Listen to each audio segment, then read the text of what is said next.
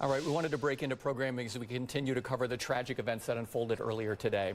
Madison Police Chief Sean Barnes is giving another update right now. We're going to listen in.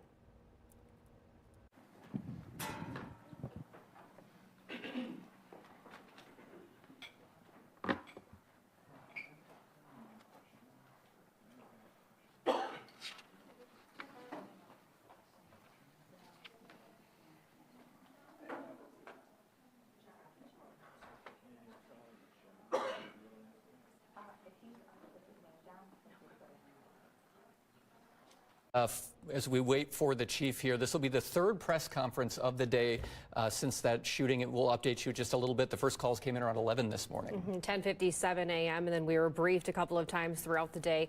This is probably the final time we'll be hearing tonight. So here's Police Chief Sean Barnes. A detailed briefing of everything that happened today and include some new information that was not available earlier, as I promised. The Madison Police Department responded to a mass shooting at the Abundant Life Christian School today. Officers were dispatched to the school, which is located on the city's east side at 10:57 a.m. They arrived to find multiple people suffering from gunshot wounds. 3 people, including the shooter, are dead. The shooter has now been identified as 15-year-old Natalie Rupnow, who went by the name Samantha. She was a student at the school, and evidence suggests she died from a self-inflicted gunshot wound. The official cause of death will be released by the Dane County Medical Examiner pending the conclusion of their examination. She was pronounced deceased while in transport to a local hospital. A teacher and a teenage student were pronounced dead at the scene at that school. 6 other students and a teacher were injured and taken to area hospitals. 2 students remain in critical condition and have life-threatening injuries. A teacher and 3 students were treated for non-life-threatening injuries. 2 of these have been released and discharged from the hospital. The other 2 survivors are considered to be in stable condition. At this time, we believe there was only one shooter involved. We are still working to determine a motive.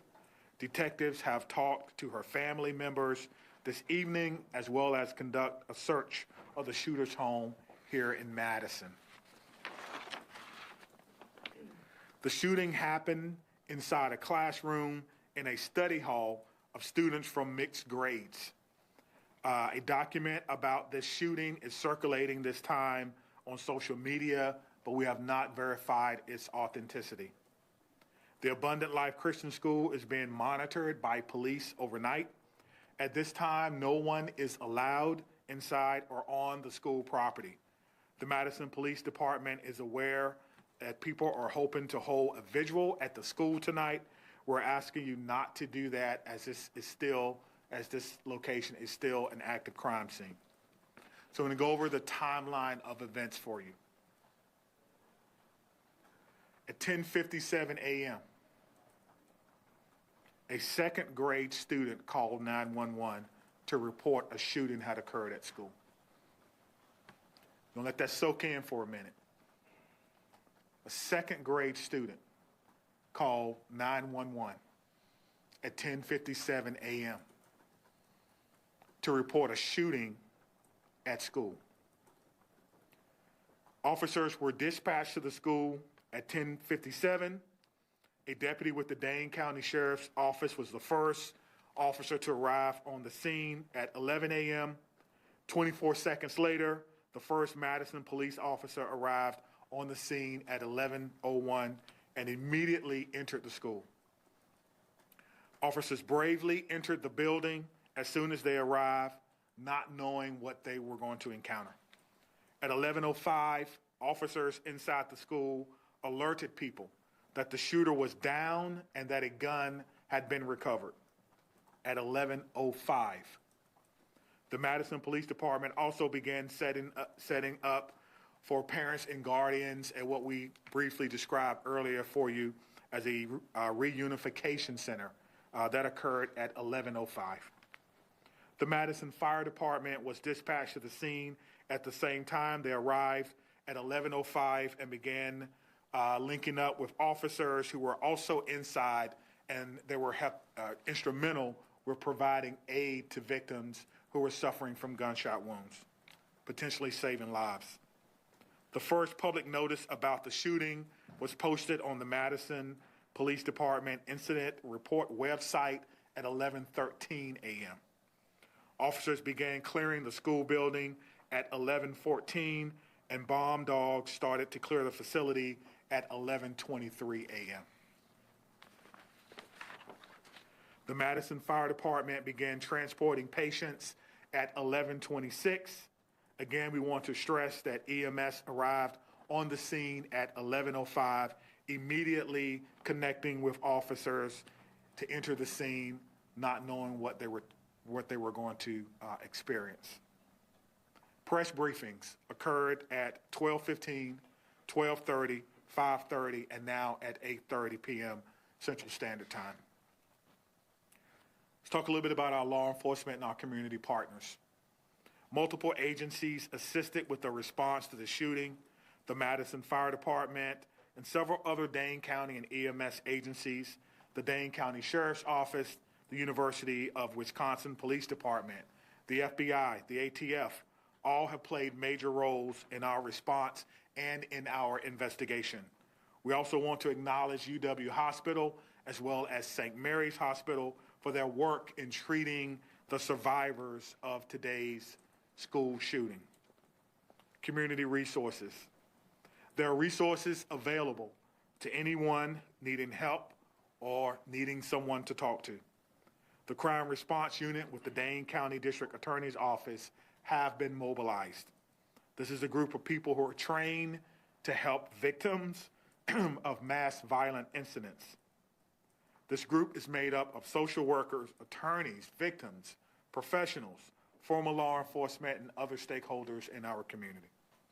If you need assistance, you can contact the Crime Response Program between 8 and 5 during the daytime. I'll give that number again, 608-284-6908, and you can reach them after hours at 608-376-0164, 608-376-0164 after hours.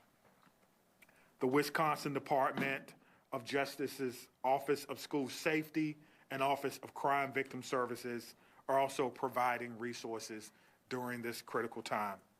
Their Critical Incident Response Team program is designed to minimize the psychological impact of a school critical incident and helps to provide long-term mental care long after this is over.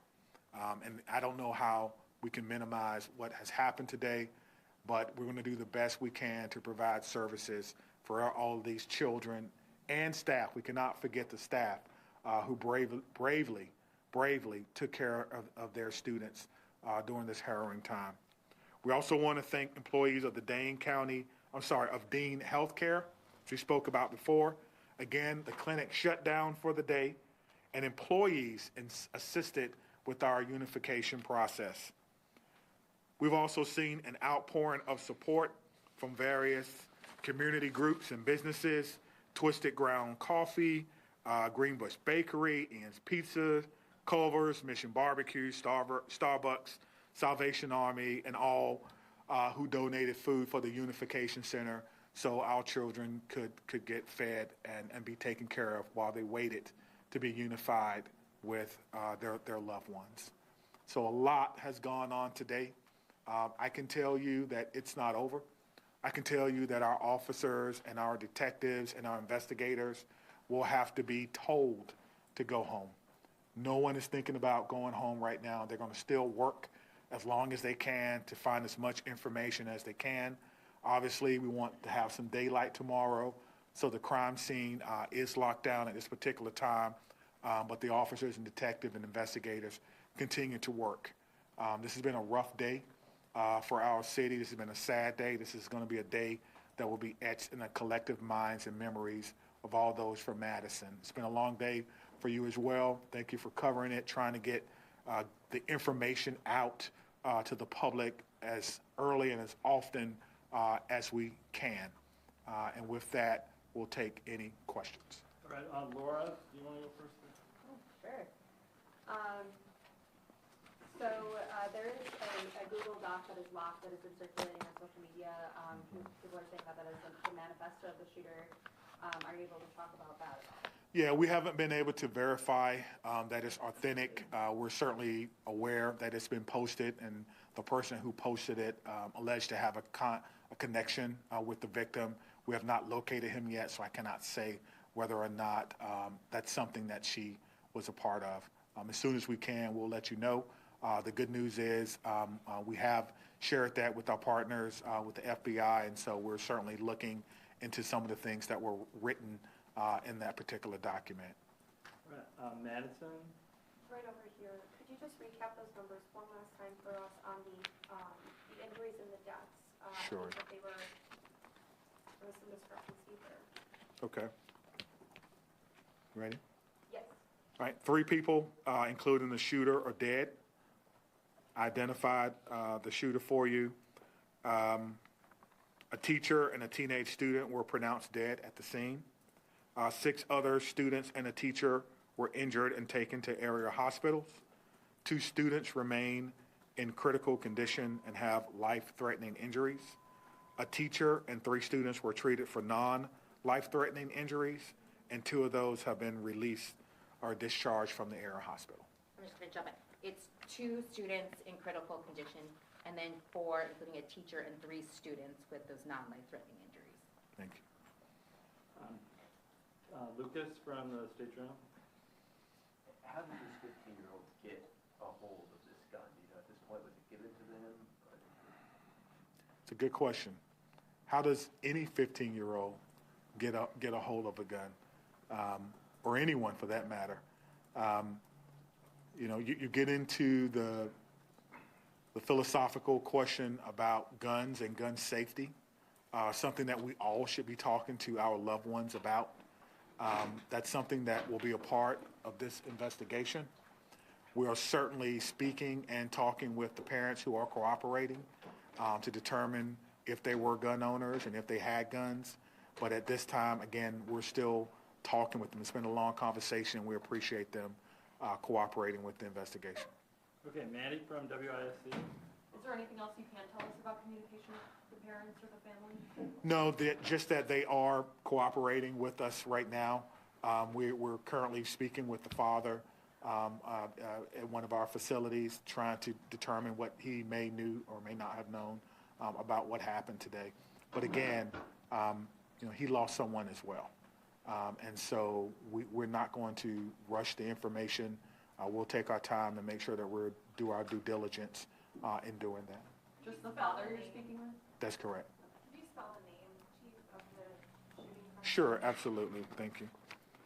You ready? Natalie, Natalie. Rupnow, Rupnow, but went by Samantha, common spelling. Scott from AP. Went by Samantha, common spelling. Chief, you said the shooting was in a study hall. Was it all self-contained within that room, including the shooter? Was the shooter in that study hall? Again, I have not been to the crime scene. I was told that it occurred in study hall or during study hall. So there's different students, obviously you can imagine, from different grades that were in there. I have not seen the physical inside of it to be able to answer that question. All right, Tabitha from Chief, it's unfortunately notable that a second grader was the one who made that 911 call. Are you able to share with us, you know, that conversation with that second grader and what parents can do as far as talking to their kids about this? Great. So I'll start with the first thing. What I can share with you is that our 911 dispatch communicators are trained to talk to children. We've talked children through parents choking. We've talked children through CPR and a variety of other things, even giving birth, believe it or not. So they are trained to do that. But to me, it makes my heart skip a beat to think about that. Now, we teach our kids if something's wrong, call what? 911. And so the child was able to do that. Give me your second question again, please. Yeah, when it comes to terms of parents talking to their children about this, specifically about what happened today, but then also, calling 911. Yep. So the message for parents, for me, is simple. It's the same thing that I would tell my children. Listen to the instruction of the adults in the room. Run, find somewhere to hide, find some cover, find something that may shield or guard you. But the most important thing is listen to the adults in the room, because they've gone through the training to perhaps keep everyone as safe as they possibly can. Phoebe from Wisconsin Watch. Chief, there's been a lot of misinformation online, including from prominent Moms for Liberty activists in Wisconsin, claiming that the shooter was transgender, which is a reaction that we see across the country in wake of mass shootings, to claim that trans people are dangerous. Can you respond to that directly in regards to this? Yeah, I don't know whether Natalie was transgender or not. And quite frankly, I don't think that's even important. I don't think that's important at all. I don't think that whatever happened today has anything to do with how she or he or they may have wanted to identify. And I wish people would kind of leave their own personal biases out of this. We have people who showed up to work today to help kids be better who are not going home. And we have lost members of our community who are children, including the shooter. So whether or not she was, he was, they were transgender is something that may come out later. But for what we're doing right now, today, literally 8 hours after a mass shooting in a school in Madison, it is of no consequence at this time. And so I would encourage people to be responsible with your social media. I won't go into some of the things that I've seen on social media that quite frankly are incorrect, that are not true, that are just not helping at all. And I choose not to breathe life into that because it's negative and we don't need it right now. We need to come together as a community and heal and try to wrap our arms around those who survived yet another school shooting in Madison. And that's where my focus will be for the very near future. Adam from CBS 58. Right here in the middle. Question for Trish. A few weeks ago, we spoke after the Kenosha incident in which the student actually, it was not a real gun. But we talked about copycats. What is the DOJ doing in the next couple of weeks? Even Chief Barnes or even Special Agent in Charge Hensel about the next few weeks, copycats or possible threats?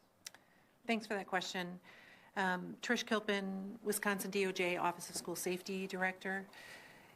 It is true that in light of school shootings, we also see an uptick, a contagion effect of other school threats. Today, in SUSO is our Speak Up, Speak Out Wisconsin tip line where people can report concerns. We have seen an increase in planned school attack tips. Since its inception in 2020, we've received over 350 tips about planned school attacks that can be averted.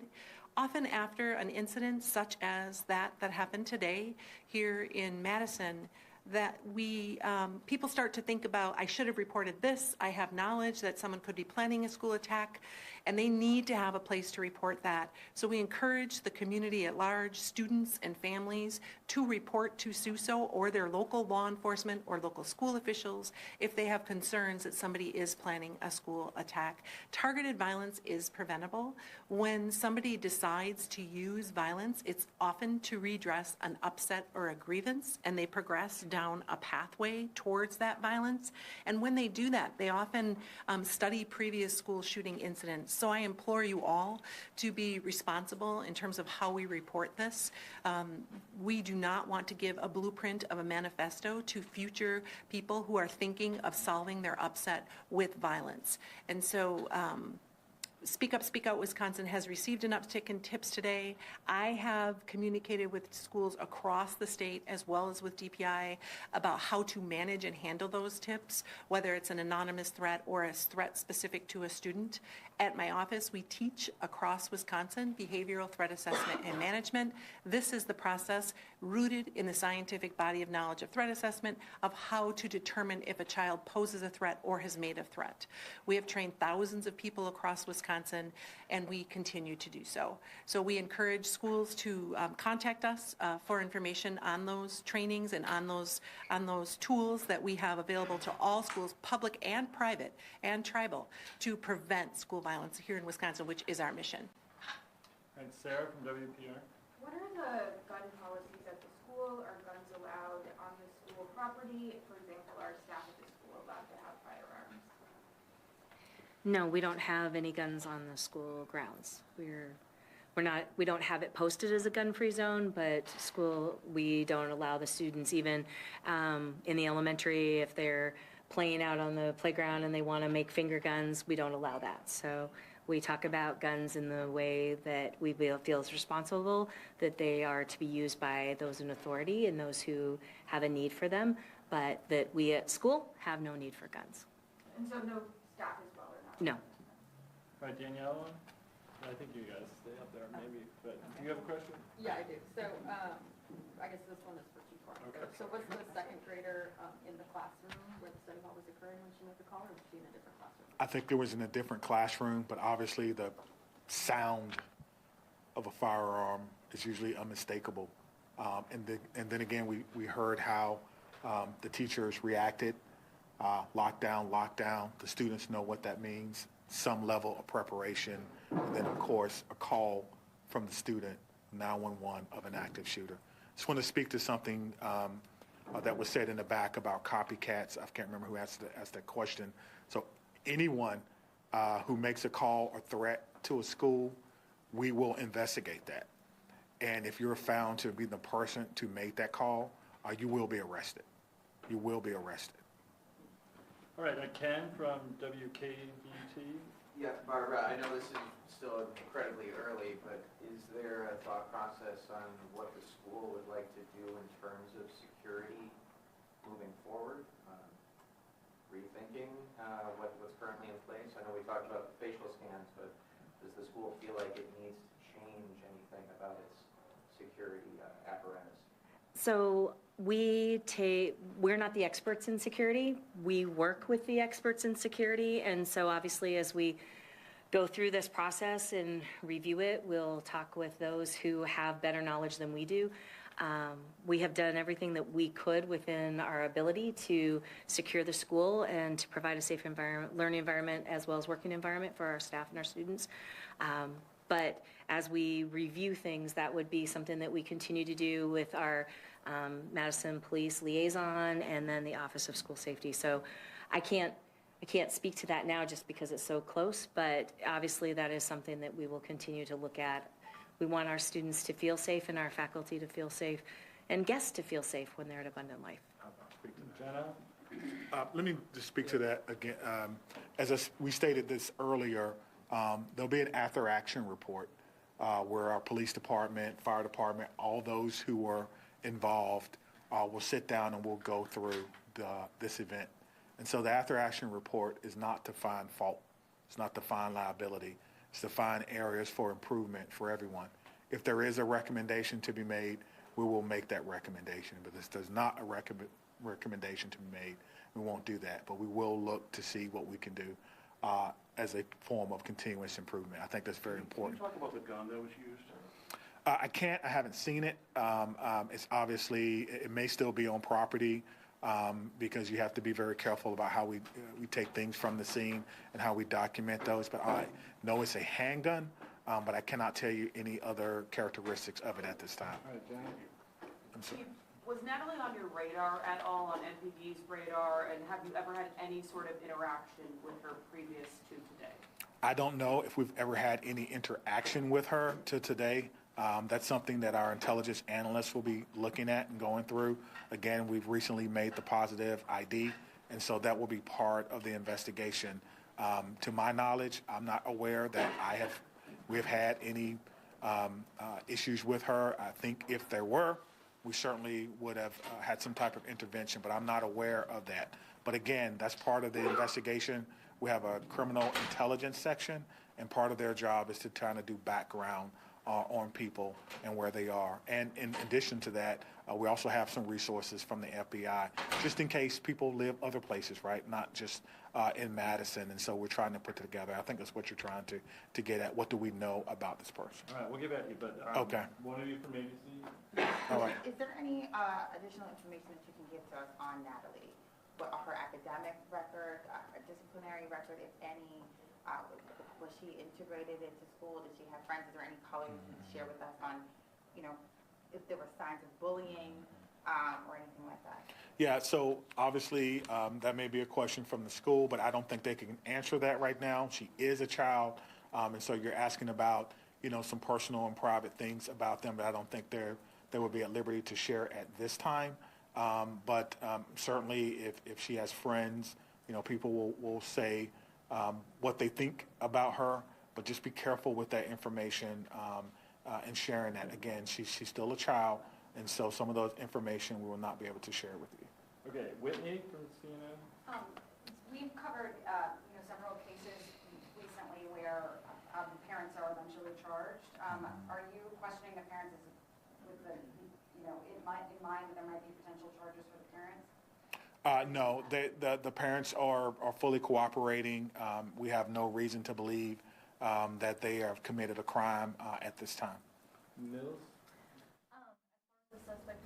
All right, you've been listening to Madison Police Chief Sean Barnes give an update on the shooting. We do have some new information, some of it heart-wrenching. First of all, he named the shooter. It's a 15-year-old student at the school. They were dead when police arrived, they believe, from a self-inflicted gunshot wound. And we do know this is one of the things that really stood out to us the most is that a second grader was the one that picked up the phone and called 911. Yeah, it's so strange to believe we live in a time where someone that age would have to know what to do in a school shooting. We do also know that this happened inside of a study hall classroom of mixed grades.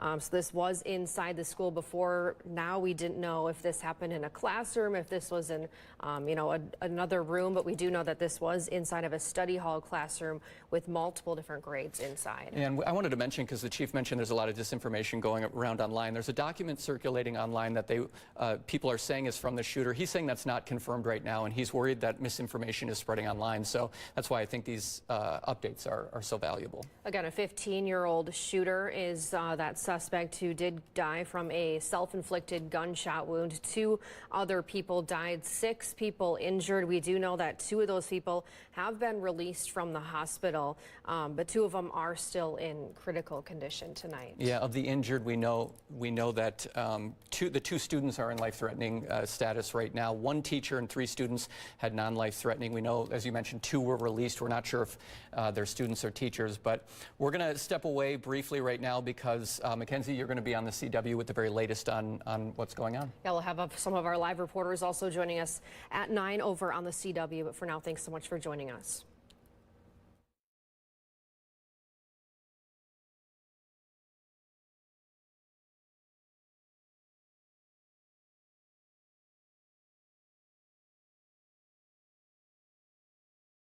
From 15 News, this is breaking news. Thanks for joining us at 9. I'm Mackenzie Davis. 3 people are dead, 6 hurt after a school shooting this morning. That shooting reported at 10:57 this morning, and since then we've been learning more information minute by minute throughout the day. We've had team coverage all day to bring you as much information as we can to you at home. Just minutes ago, we did hear from Police Chief Sean Barnes, who held the 4th press conference of the day. But we're going to send it to WMTV's Shayna Najawan, who is out on scene right now. Shayna, tell us about this location that you are at here. What does this house have to do with this ongoing investigation? Well, you guys, Chief Barnes says the owners of the home are cooperating with authorities. Police were actually just on site just a few minutes ago, inside and outside of the house. Here on the 1300 block of Delaware Boulevard, several people in the area did report hearing loud noises, what sounded like fireworks earlier today. And Chief Barnes confirmed the connection to the house earlier this evening in his 3rd update, but we still don't know exactly what that connection is.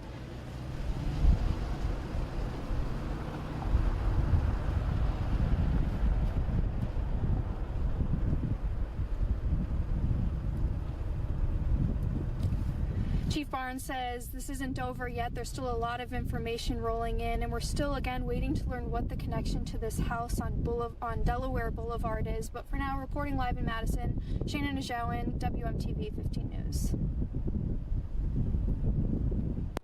All right, Shanna, thank you. As she mentioned, there is a home on the north side of Madison that is in connection to this investigation of the shooting that happened earlier this morning. We're going to go to everything that we know so far here with what happened at 10:57 this morning up until now. Police said the suspect was a student at the school and is among those that are dead. We did just learn that it is a 15-year-old that is a student at the school. Now, 3 are dead. One of those is that shooter.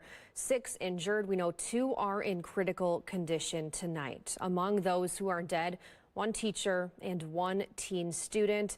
And again, that 15-year-old shooter. We know that Abundant Life Christian School is a community Christian school. This is on the east side of Madison, and it serves about 200 families from 56 churches in the greater Dane County area that are represented in the student body. So here's a look at a map to kind of better understand what happened throughout the day, those events that took place, that shooting again